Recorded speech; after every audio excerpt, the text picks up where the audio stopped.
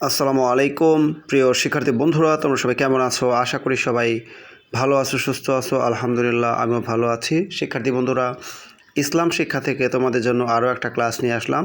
এই ক্লাসে জান্নাত অর্থ কী, জান্নাত কাকে বলে, জান্নাত মোট কতটি এবং সেগুলোর নাম, জাহান্নাম কাকে বলে, জাহান্নাম কয়টি এবং সেগুলোর নাম সম্পর্কে জানানোর চেষ্টা করব। চলে আছে মূল পড়ায়।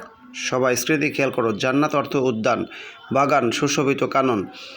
ইসলামিক পরিভাষায় পরকালীন জীবনে পূর্ণবানগণের জন্য, অর্থাৎ যারা পূর্ণবান, যারা নেককার, তাদের জন্য পুরস্কার স্বরূপ আল্লাহ তাআলা যে আরামদায়ক স্থান তৈরি করে রেখেছেন তাকে বলা হয় জান্নাত। জান্নাত কিন্তু মোট 8টি।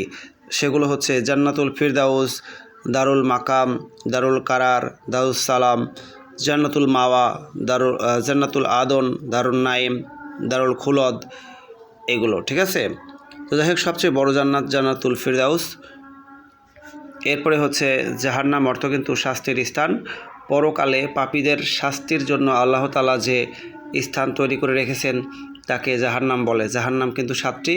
সেগুলো হচ্ছে জাহান্নাম, হাবিয়া, জাহিম, সাকার, সাইর, হুতামাহ, লাজা। তো শিক্ষার্থী বন্ধুরা, ছোট্ট এই ক্লাসটি এখানে শেষ হচ্ছে। ক্লাসটি তোমাদের যদি ভালো লাগে অবশ্যই একটা লাইক দিয়ে দিও, পারলে বন্ধুদের মাঝে শেয়ার করে দিও। বিভিন্ন সাবজেক্টের ক্লাস দিয়ে তোমাদেরকে হেল্প করব।